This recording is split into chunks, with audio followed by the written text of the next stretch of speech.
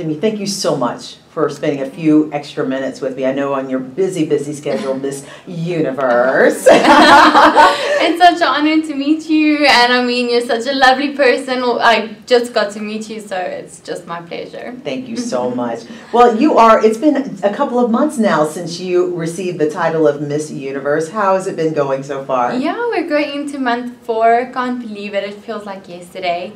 And every time I look at the crowning video, I just get teary-eyed and get goosebumps all over again. And I mean, this really is a full-time job, and it's a very, very big responsibility because you have so many eyes looking to you for inspiration and motivation every single day. But it's the biggest honor in the world, and I couldn't have wished for this year to have gone in any better way than it already has. So I'm very grateful for all the opportunities, all the experiences, and even more for all the challenges. Now, speaking of which, I mean, you've had a chance to travel all over the world now. And I mean, you're here in Houston, Texas right now. Tell me a little bit about why you're here. Well, we are here. We are partners and ambassadors of Chi, and it's really wonderful to represent the brand. But today we are here at Dress for Success, where I got to actually do some of the ladies' hair and show them how to take a professional headshot with the amazing photographer they've got. Got to do a little bit of makeup and just make them feel special. And also I was able to address the ladies and to speak to them. And even though I'm 22 and might be seen as a beauty queen and might not even relate to any of them, I was able to share my story with them and my personal experiences. And I've had some of the ladies come up to me and tell me how that's inspired them, and to me that means the absolute world. And I'm just so happy to be here and to see the smiles and appreciation on these ladies' faces. I did get a chance to hear a little bit about what you were telling these ladies in your story. And you really touched a lot of heartstrings with a number of topics you were talking about. How you are basically your own CEO when it comes to promoting yourself. And you were talking, it was cute how you said you're the younger one in the group and they have more experience, but you have some experience. Explain a little bit about that. I mean, I think we all have experience, no matter how young or how old you are, and it depends on what you've been exposed to in your life. I grew up as an only child, and both my parents used to be or is businessmen and businesswomen, and my mom always told me that you are your own CEO, you are a brand manager, you are a marketing director, you are, you know, everything a business needs, because essentially you are your own business. You are your own brand, and you need to behave like that and behave appropriately and handle yourself and manage yourself in such a way. I love that. And you also told us about a very, very close to your heart story when it came to your half-sister. Yeah. And to share something like that, I know it's so personal, but can you tell us a little bit about that and why it means so much to you? So yes, my half-sister, my parents are divorced, and I have a half-sister with my dad and my stepmom. She just turned 12, and that itself is amazing. Her life expectancy was only 7. She was born without a cerebellum, which is your small brain, and what it does in short is it correlates and coordinates your whole nerve and muscular system.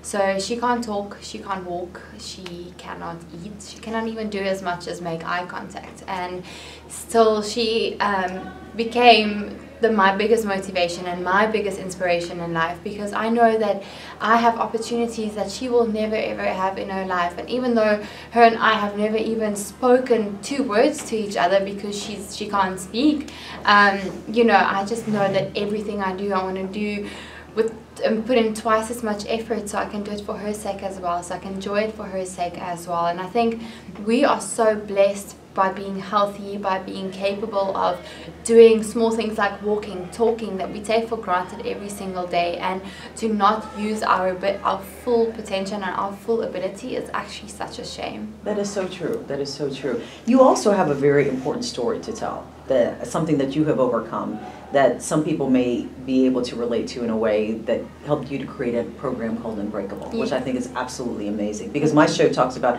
giving back, and creating this program is giving back to empower a lot of people. Can you tell me about that story and why Unbreakable was created? Sure.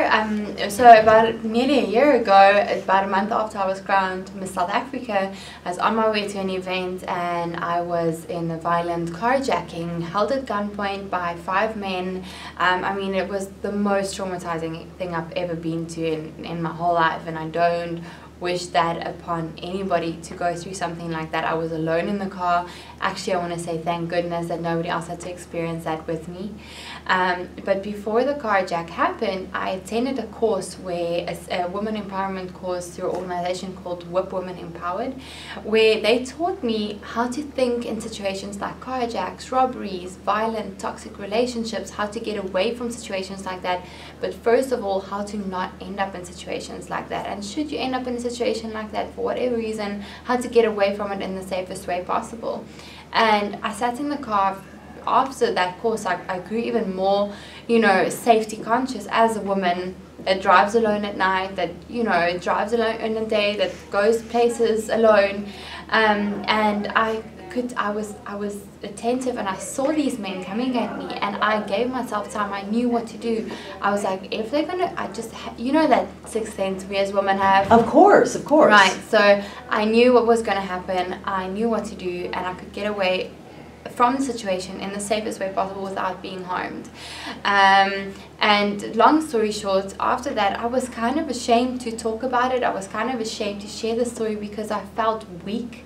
I felt like I'm a woman, I'm an easy target, you kind of feel ashamed, and that is absolutely nothing to be ashamed of. And I realized that asking for help and getting help and empowering yourself does not mean you're weak.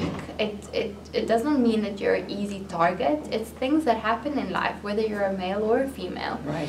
And that's where Unbreakable was born. So I started a campaign on my birthday last year called Unbreakable, where I hosted these I partnered with the specialists in their field, and because I'm not the specialist, and I partnered with them and hosted workshops all over South Africa to women all from ages 16 and up, and where I empowered them with the skills and knowledge that I was fortunate enough to receive prior to my incident. So I realized, with Miss Universe, that this is an issue that women face globally every single day. So I really think that Unbreakable speaks to a global audience. So you're taking this, it's gone international now, to the point where, people are following you, they're hashtagging Unbreakable everywhere. How does that make you feel? You go through this traumatic experience and it's actually helping people. At first it was really tough to talk about it, and every time I spoke about it I went through all the emotions again. But now, nearly a year later, speaking so much about it kind of removes the emotion from the situation, and it kind of becomes a story that you tell. It's weird. I don't know if you've ever experienced that.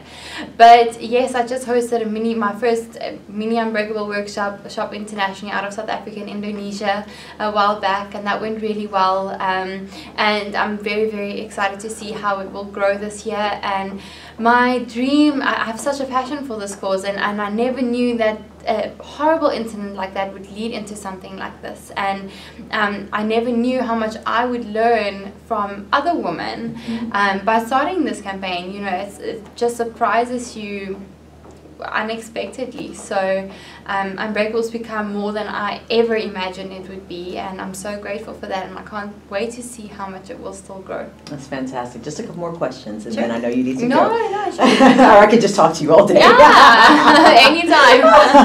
Well, how does it feel, though, not only knowing that Unbreakable is continuing to expand on an international level, but as a role model, you are changing stereotypes as well about what a pageant girl is, because you are pushing forward with a program that's empowering so many people, and it's changing lives, and it could change even more lives. How does that make you feel?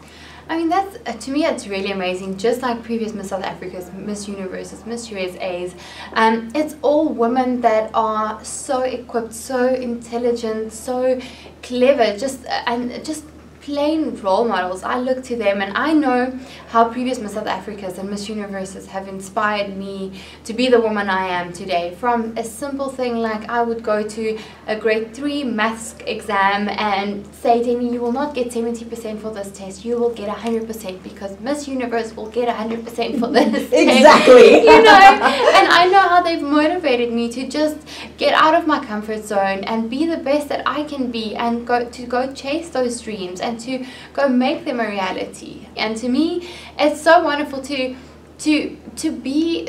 I don't want to just be a model. I don't want to be just a pretty face. I would much rather be a role model. And I think that is what so many beauty queens really are. We are so much more than just a pretty face. That, you know, we have passions. We have the ability to be a voice to those that can't or doesn't want to, doesn't have the guts to speak up for themselves. And I used to have a platform in South Africa, but now I have an international platform where I can reach out to women all over the world, and I will not let that go wasted. So I am tending to make the best out of this year that I possibly can. You're doing a great job at it. Thank Final you. question for you. You have this platform, you have this international celebrity that you can pull from to push forward your agenda, whatever that may be, in a positive way. What can you tell somebody else out there who also wants to give back, but they may not have that platform, but they still want to do something? What would you tell them?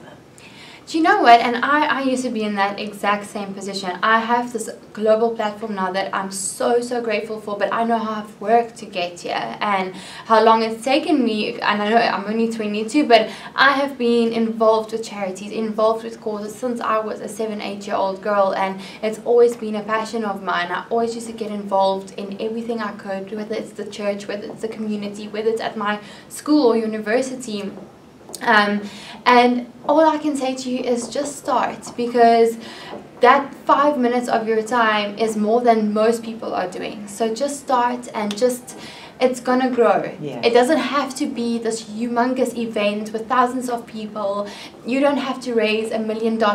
You can raise 100 rand, if you know what, just 100 rand, $100. Just start. It's gonna grow, and you're gonna get people that want to get involved. And if you really have a passion about something, nothing's gonna stop you.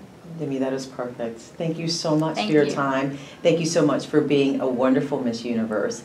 And thank you for just creating your program and reminding women of how strong that they are, no matter what circumstance they may be in, but how strong they are and how strong they can continue to become just by being themselves. Oh, thank you. I can speak to you all day. Yay, me too! But you have to go. You have things to do. But thank you. I appreciate it. That calls for a next time. Yes, I like that. You heard that. Next time we're going to talk again. Unfinished business.